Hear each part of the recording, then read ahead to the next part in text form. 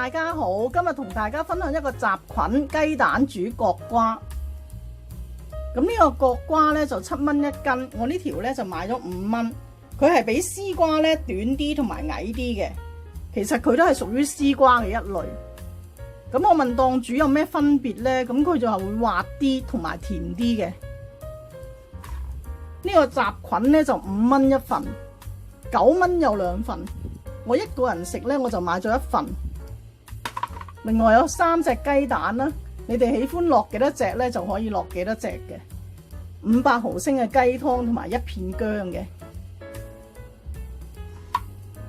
咁呢啲雜菌呢，我覺得佢係會有啲泥嘅，我會用水洗一洗。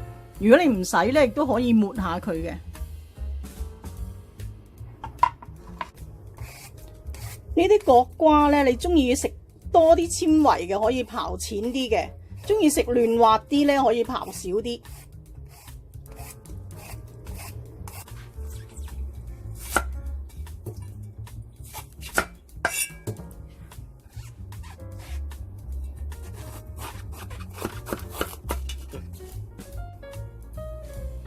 呢啲角瓜呢，的確係幾嫩滑嘅，咁唔需要去除嗰個心噶啦。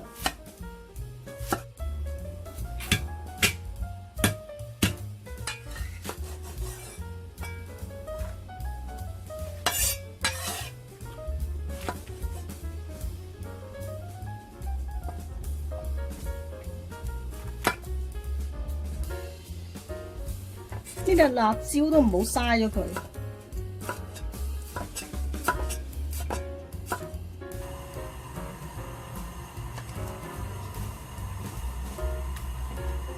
煎一煎呢個蛋先。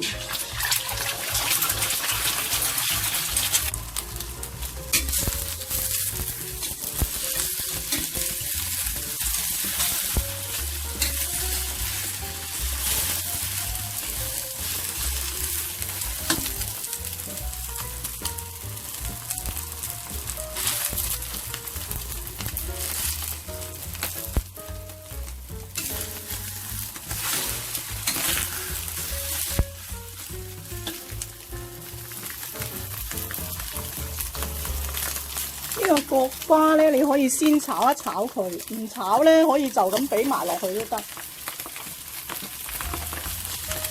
雜菇啦，連埋1片薑啦，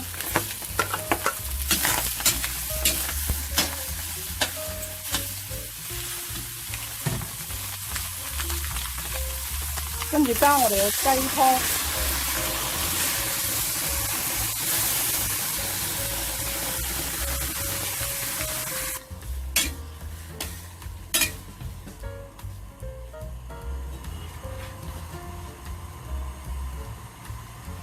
俾翻適量嘅鹽，啲雞湯咧係有味嘅，鹽係唔需要俾太多。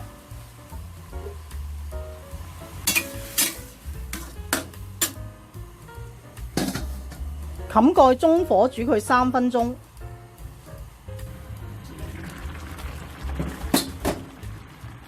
咁如果你中意食粉絲蝦米咧，亦都可以落啲粉絲蝦米嘅。